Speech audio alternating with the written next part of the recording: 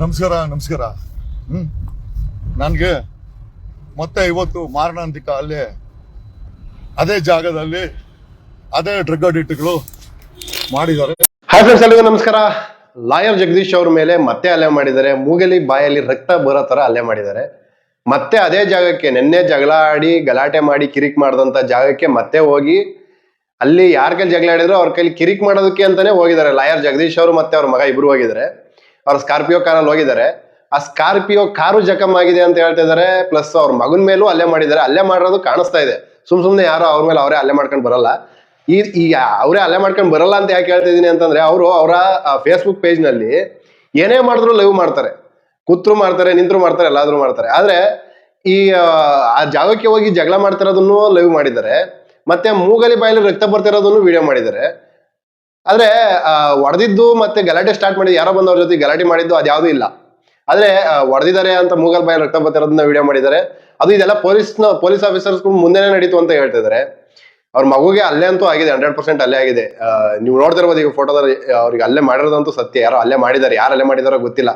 ನಿನ್ನೆ ಗಲಾಟೆ ಆದವ್ರೆ ಅಲ್ಲೇ ಮಾಡಿದಾರೋ, ಬೇರೆಯವ್ರು ಅಲ್ಲೇ ಮಾಡಿದಾರೋ ಗೊತ್ತಿಲ್ಲ. 400 ಜನ 500 ಜನ ಬಂದಿದ್ರು ಅಂತ ಲಾಯರ್ ಜಗದೀಶ್ ಅವರು ಲೈವ್ ನಲ್ಲಿ ಹೇಳ್ತಿದ್ದಾರೆ. 400 ಜನ 500 ಜನ ಬಂದಿದ್ರು ಅಲ್ಲೇ ಮಾಡಕ್ಕೋಸ್ಕರ ಅಂತ. ಈ ಲಾಯರ್ ಜಗದೀಶ್ ಅವರು ಯಾರನ್ನೇ ಆಗ್ಲಿ ಪ್ರವೋಕ್ ಮಾಡೋದು ಜಾಸ್ತಿ. ಬಿಗ್ ಬಾಸ್ ಅಲ್ಲಿ ಇದ್ದಾಗ್ಲೂ ಅದೇ ಕೆಲಸ ಮಾಡಿದ್ರು. ಆದ್ರೆ ಅಲ್ಲಿ ವೈಲೆನ್ಸಿಗೆ ಜಾಗ ಇಲ್ವಲ್ಲ, ಅದರಿಂದ ಅಲ್ಲಿ ಯಾರು ಏನು ಮಾಡಕ್ ಆಗ್ಲಿಲ್ಲ. ಏನೋ ಸಣ್ಣದಾಗ ಏನೋ ಮಾಡಿದ್ರು ಅಂತ ಎಲ್ಲರನ್ನ ಇಬ್ರನ್ನ ಆಚೆ ಕಳಿಸ್ಬಿಟ್ರು. ಆದ್ರೆ ಈ ಹೊರಗಡೆ ಬಂದ್ಮೇಲೆ ಹೊರಗಡೆ ಜನ ಅದನ್ನೇ ಕೇಳ್ತಾರ. ಕಿರಿಕು ಒಂದು ಮಟ್ಟಿಗೆ ಸಹಿಸ್ಕೊಬಹುದು ಯಾರೇ ಆದ್ರೂ. ಪದೇ ಪದೇ ಪದೇ ಪದೇ ಜಾಸ್ತಿ ಆದಾಗ ಯಾರು ಸಹಿಸ್ಕೊಳಕ್ ಹೋಗಲ್ಲ. ಅದು ಅವಶ್ಯಕತೆನೂ ಯಾರಿಗೂ ಇಲ್ಲ. ಸಹಿಸ್ಕೋಬೇಕಾದಂತ ಅವಶ್ಯಕತೆ ಯಾರಿಗೂ ಇಲ್ಲ. ಈ ಲಾಯರ್ ಜಗದೀಶ್ ಅವರು ಜಗಳ ಮಾಡಿದ್ರು, ಒಂದ್ಸತಿ ಹೋಗಿ ಜಗಳ ಮಾಡಿದ್ರು, ಹೊಡೆದಾಟ ಆಯ್ತು. ಲಾಯರ್ ಜಗದೀಶ್ ಅವ್ರಿಗೆ 4-5 ಜನ ಸೇರ್ಕೊಂಡು ಹೊಡೆದ್ರು, ಓಕೆ. ಅದನ್ನ ಕೋರ್ಟಲ್ಲಿ ಒಬ್ಬ ಲಾಯರ್ ಆಗಿ ಕೋರ್ಟಲ್ಲಿ ನಿಂತ್ಕೊಂಡು ಅದನ್ನ ವಿರೋಧ ಮಾಡ್ಬೇಕಾಗಿತ್ತು, ಅದ್ರ ವಿರುದ್ಧ ಹೋರಾಡ್ಬೇಕಾಗಿತ್ತು. ಅದ್ಬಿಟ್ಟು ಜಗಳಾಡಿದ ಜಾಗಕ್ಕೆ ಮತ್ತೆ ಹೋಗಿ ಅವ್ರನ್ನೇ ಪ್ರವೋಕ್ ಮಾಡಿ ಈ ರೀತಿ ಒದೆ ತಿಂದು ಗನ್ ಮ್ಯಾನ್ ಫೈರ್ ಮಾಡ್ದ. ಲಾಸ್ಟ್ಗೆ ತಡ್ಕೊಳಕ್ಕಾಗದಲ್ಲಿ ಗನ್ ಮ್ಯಾನ್ ನ ಸುಮ್ನೆ ಈಸಿಯಾಗಿ ಯಾರು ಇಟ್ಕೊಳಕ್ಕಾಗಲ್ಲ. ಅದು ಗೌರ್ಮೆಂಟ್ ಕಡೆಯಿಂದಾನೇ ಬರ್ಬೇಕು. ಗನ್ ಮ್ಯಾನ್ ಇದ್ನೋ ಇರ್ಲಿಲ್ವೋ, ಶೂಟ್ ಮಾಡಿದ್ನೋ ಶೂಟ್ ಮಾಡ್ಲಿಲ್ವೋ, ಇವ್ರಿಗೆ ಅವ್ರು ಹಿಡ್ಕೊಂಡ್ ಹೊಡೆದ್ರು ಇಲ್ವೋ ಒಂದು ಗೊತ್ತಿಲ್ಲ. ಲೈವಿಗೆ ಬಂದು ಹಿಂಗ್ ಮಾಡ್ತಾ ಇದಾರೆ. ಅದು ಇದು ಹಂಗೆ ಹಿಂಗೆ ಪೊಲೀಸು ಡ್ರಗ್ಸ್ ತಗೋತಿದ್ರು. ಅವರೆಲ್ಲ ಡ್ರಗ್ ಪೆಡ್ಲರ್ಸ್ಗಳು, ಅವರು ಡ್ರಗ್ ಕನ್ಸ್ಯೂಮರ್ಸ್, ಅದು ಇದು ಏನೇನೋ ಹೇಳ್ತಾ ಇದಾರೆ. ಇವ್ರ ವಿರುದ್ಧ ಯಾರು ಮಾತಾಡ್ಬಿಟ್ರೆ ಅವರು ಡ್ರಗ್ ಕನ್ಸ್ಯೂಮರ್ಸು, ಡ್ರಗ್ ಪೆಡ್ಲರ್ಸು, ಇನ್ನು ತುಂಬಾ ಏನೇನೋ ಹೇಳ್ತಾರೆ. ಇವ್ರದೊಂದು ಗುಂಪಿದೆ ಈ ರೀತಿ. ಏನಾರು ಇವ್ರ ವಿರುದ್ಧ ಏನಾರು ಮಾತಾಡಿದ ತಕ್ಷಣ ಅವರು ಡ್ರಗ್ ಅಡಿಕ್ಟರ್ಸು, ಆ ರೀತಿ ಏನೇನೋ ಮಾತಾಡೋರು ಒಂದು ಕೆಲವು ಗುಂಪಿದಾವೆ ಇವರು. ಇವರು ಮತ್ತೆ ನಮ್ಮ ಇನ್ನೊಬ್ರು ಯಾರು ಇದಾರೆ ಬಿಗ್ ಬಾಸ್ ಬಂದಿರೋರು, ಹೆಸರು ಬರ್ತಾ ಇಲ್ಲ. ಇಷ್ಟು ಜನ ಎಲ್ಲ ಇದಾರೆ. ಇವ್ರು ಮಾಡೋ ಕೆಲಸ ಇದೆ. ಇವ್ರ ವಿರುದ್ಧ ಇವ್ರು ಮಾಡೋ ತಪ್ಪನ ಯಾರು ಹೇಳ್ಬಿಟ್ರೆ ಇವರು ಡ್ರಗ್ ಪೆಡ್ಲರ್ಸ್ಗಳು, ಡ್ರಗ್ ಕನ್ಸ್ಯೂಮರ್ಸ್ಗಳು ಈ ರೀತಿ ಎಲ್ಲ ಮಾತಾಡ್ತಾರೆ. ಈ ರೀತಿ ಅವ್ರನ್ನ ತೇಜೋವಧೆ ಮಾಡ್ತಾರೆ. ಮಾಡಿಸ್ಕೊಂಡವ್ರು ಯಾಕೆ ಸುಮ್ನೆ ಇರ್ತಾರೆ? ಯಾವ್ದೇ ಕಾರಣಕ್ಕೂ ಸುಮ್ನೆ ಇರಲ್ಲ. ನಾನು ಈ ಗಲಾಟೆ ನಿನ್ನೆ ನಡೆದಂತ ಗಲಾಟೆ ಆದಾಗಿಂದ ಇವ್ರ ಲೈವ್ಗಳನ್ನ ನೋಡ್ತಾ ಬರ್ತಾ ಇದೀನಿ. ಇವರು ಒಡ್ಸ್ಕೊಳಕ್ಕೂ ಮುಂಚೆ ಹೇಳ್ತಾ ಮಾತುಗಳು ಬೇರೆ, ಒಡ್ಸ್ಕೊಂಡ್ ಆದ್ಮೇಲೆ ಹೇಳ್ತಾರ ಮಾತುಗಳು ಬೇರೆ. ಒಡ್ಸ್ಕೊಂಡಾದ್ಮೇಲೆ ಏನ್ ಹೇಳ್ತಾ ಇದಾರೆ, ಇವರು ಡ್ರಗ್ ಪೆಡ್ಲರ್ಸ್ಗಳು, ಡ್ರಗ್ ಕನ್ಸ್ಯೂಮರ್ಸ್ಗಳು, ಹಾಗೆ ಹೀಗೆ ಏನೇನು ಹೇಳ್ತಾರೆ. ಹೊಡೆದ್ಮೇಲೆ ಅವ್ರನ್ನ ಒಟ್ಟಲ್ಲಿ ಅವರ ಹೆಸರನ್ನ ಹಾಳು ಮಾಡ್ಬೇಕು, ಅವ್ರ ಬಗ್ಗೆ ಕೆಟ್ಟದ್ ಮಾತಾಡ್ಬೇಕು.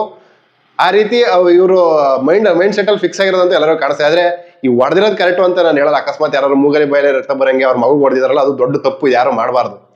ಇದು ಏನಂತಾರೆ, ಸಂವಿಧಾನಿಕವಾದಂತ ದೇಶ ನಮ್ದು. ಯಾರ ಮೇಲೆ ಯಾರು ಹಲ್ಲೆ ಮಾಡಬಾರ್ದು. ಏನೇ ಇದ್ರೂ ಕಾನೂನು ಪ್ರಕಾರವಾಗಿ ಹೋರಾಡ್ಬೇಕಾದಂಥದ್ದು ಪ್ರತಿಯೊಬ್ಬರ ಕರ್ತವ್ಯ. ಏನೋ ನಮ್ಮ ರೂಲ್ಸ್ ಏನೇ ಇರ್ಲಿ ಅದನ್ನ ಕಾನೂನು ಪ್ರಕಾರನೇ ಮಾಡ್ಬೇಕು. ಆದ್ರೆ ಈ ರೀತಿ ಆದಿ ಬೀದಿಲಿ 400-500 ಜನ ಬರಕ್ಕಾಗಲ್ಲ ಬಿಡಿ, ಯಾರು ಬಂದಿರಲ್ಲ. ಒಂದು 10-20 ಜನ ಬಂದಿರ್ತಾರೆ, ಒಂದು 20-30 ಜನ ಬಂದಿರ್ಬೋದು ಹೊಡೆದಾಟಕ್ಕೆ ಅಂತ. ಅವ್ರು ನಿನ್ನೆ ಗಲಾಟೆ ಶುರು ಆದಾಗ್ಲೂ ಅಷ್ಟೇ, ಅವ್ರ ಮಾತಲ್ಲಿ ಏನೋ ನಡಿಬೇಕಾದ್ರೆ ಇವ್ರು ಏನ್ ಮಾಡ್ತಾರೆ, ಹೊಟ್ಟೆಲ್ ತಳ್ಳೋದು ಎಲ್ಲ ಮಾಡ್ತಾರೆ. ನಿನ್ನೆ ಯಾರೋ ಸೆಕ್ಯೂರಿಟಿ ಗಾರ್ಡ್ಗೂ ಇದೇ ಕೆಲಸ ಮಾಡಿದ್ದಾರೆ.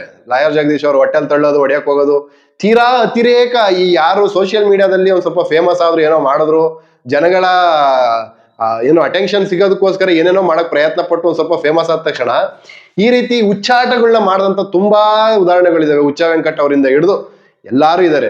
ಅವರ ಉದ್ದೇಶಗಳು ಕೆಲವು ಒಳ್ಳೇದಿರ್ಬೋದು, ಆದ್ರೆ ಅವ್ರು ನಡ್ಕೊಳ್ಳೋ ರೀತಿ ಇದೆಯಲ್ಲ ಜನಗಳ ಹತ್ರ ತುಂಬಾ ಕೆಟ್ಟದಾಗಿದೆ.